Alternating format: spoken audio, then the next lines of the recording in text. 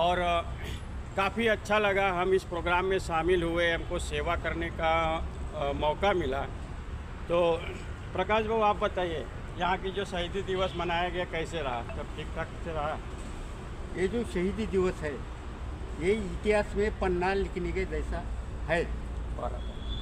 क्यों कि अभी तक कौन सी पार्टी ने ये भगत सिंह की भूमि में उनके पुतले बनाने की कोशिश नहीं की। बिल्कुल सही। मगर जनता सरकार मोर्चा जो है, उनके जो डॉक्टर देवेंद्र भल्लारा जी है, जी जी रविंद्र भारती है, जी जी। इनके नेतृत्व में जो ये पुतला बना, हाँ तो ऐसा लग रहा है कि इतिहास में कुछ तो भी पन्ना खुलने वाला है। बराबर। क्योंकि ये क्रांतिकारी लोगों को इनका इतिहास छुपा के दूसरा कुछ इतिहास इन्होंने बनाने वाला है।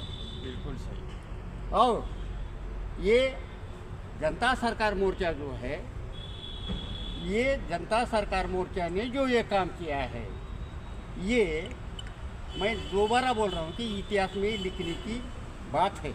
बिल्कुल सही और बोला ये आपने। इसी वास्ते हम महाराष्ट्र से पूरे साथी, औरंगाबाद हो, पूना हो, उस्मानाबाद हो या बम्बई हो, जहाँ वहाँ से महाराष्ट्र से सब लोग यहाँ पे आए वाले थे। बिल्कुल सही। हम उस्मानाबाद से आए वाले थे, उस्मानाबाद से आए वाले। और मैं, हमारी जो संगठन है अखिल भारतीय सेना, हमारे नेता है पक्ष प्रमुख अरुण भाई गवळी, हाँ, डैडी साहब। हाँ डैडी साहब, हाँ। मम्मी हाँ सब आशाताई गवळी, इनके नेतृत्व में हम अखिल भारतीय सेना के उस्मानाबाद में काम करते हैं।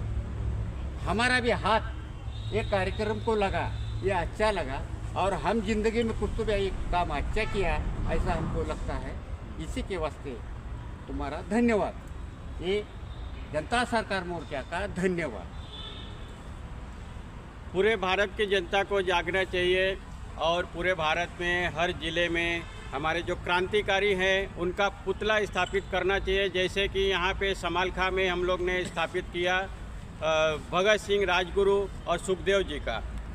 तो ऐसे क्रांतिकारी यहाँ पे जो आए हुए थे पूरे भारत से, मैं उनको सैल्यूट करता हूँ जो इस शहीदी दिवस में शामिल हुए। और हमारा जो मकसद था पुतला बैठाना, और हम लोग पुतला बैठाए भी। बहुत बहुत धन्यवाद। हमारे साथ हैं लश्करे साहब, वो भी बोलेंगे जो शहीदी दिवस में आए थे महाराष्ट्र के संभाजी नगर से। नमस्कार, नाम मेरा धुनीराम लश्करे। हम यहाँ जो आए हैं, जो हमको जो इतिहास घड़ाना था, जो हमारा भारत में कैसा देश होना चाहिए, जो कि 1947 में जब हमारा देश आज़ाद हुआ, उससे पहले भगत सिंह, राजगुरु और सुखदेव, इन्होंने बलिदान दिया अपने देश के लिए। बिल्कुल सही। अगर ये 20-25 साल के जो बच्चे हैं, इनका तो कोई मकसद नहीं था, इनको कोई बीवी नहीं थी, बच्चे नहीं थे। हाँ, इनके माँ ने बोला है कि हमारा देश अगर सुजलम सुफलम बनाने के लिए हमारे तीनों बच्चे अगर शहीद भी हो गए तो भी चलेगा, हम इनको देने के लिए तैयार हैं। आज आपने ऐसी माँ है, अपने बच्चे को देने को तैयार नहीं होना चाहिए।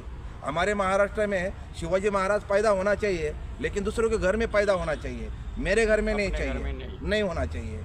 अगर ये क्रांति अगर करना है, अगर हमको सुभाष चंद्र बोस का सपना साकार करना है, राजीव दीक्षित का सपना अगर साकार करना है, और ये जो शहीद हुए, जो 77वां साल का जो शहीद भगत सिंह, राजगुरु और सुखदेव, इनका अगर सपना साकार करना है, तो हम जो भारतीय भारत मतलब जीएसएम जनता सरकार मोर्चा है, ये सिर्फ जल, जीवन, जंगल, पशु, वैद्य, वैज्ञानिक, अर्थव्यवस्था, इसके ऊपर काम करता है। क्योंकि हमारा गरीब से गरीब आदमी ये कर्ज मुक्ति होना चाहिए। गरीब से गरीब आदमी को मतलब उसको जो फैसिलिटी चाहिए वो मिलना चाहिए।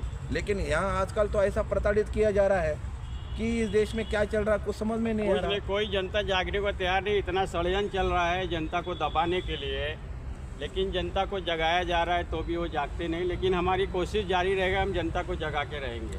अलग अलग तरीके से कानून कायदे ला रहे हैं, लोगों को सिर्फ प्रताड़ित किए जा रहा है। प्रताड़ित, बिल्कुल सही। अभी जो नेम प्लेट लाई है, वो नेम प्लेट का क्या नेम प्लेट पे काम नहीं चलता था।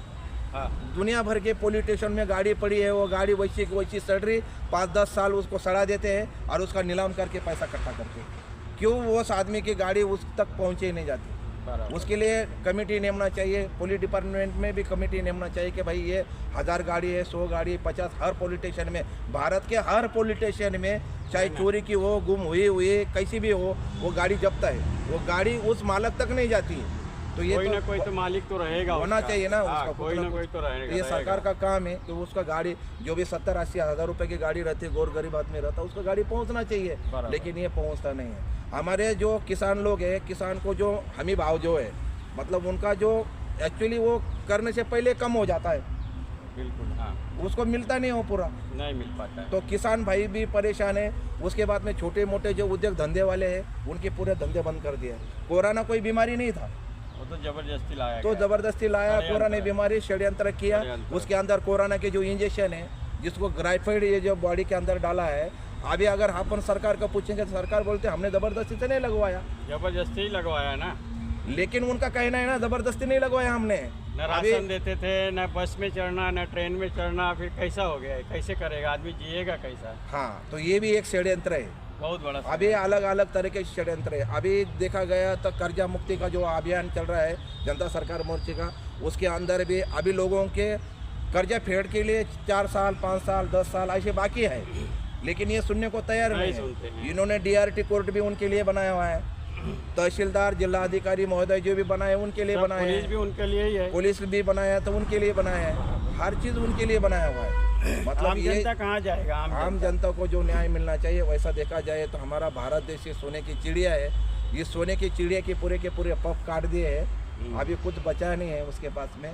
और अभी आगे क्या होने वाला है, अभी क्या क्या षड्यंत्र चलने वाले, और लोग कितने परेशानी रहने वाले, अभी कुछ बोल नहीं सकते। जो भी षड्यंत्र के शिकार है, जो भी व्यक्ति भारत में बैंक से हो, वैक्सीन से हो, या कोई उनके शिक्षा से हो, खेती से हो, तो जनता सरकार मोर्चा से संपर्क कर सकते हैं, उनकी पूरी मदद की जाएगी। भारत की हुंकार है, जनता ही सरकार है। वंदे मातरम।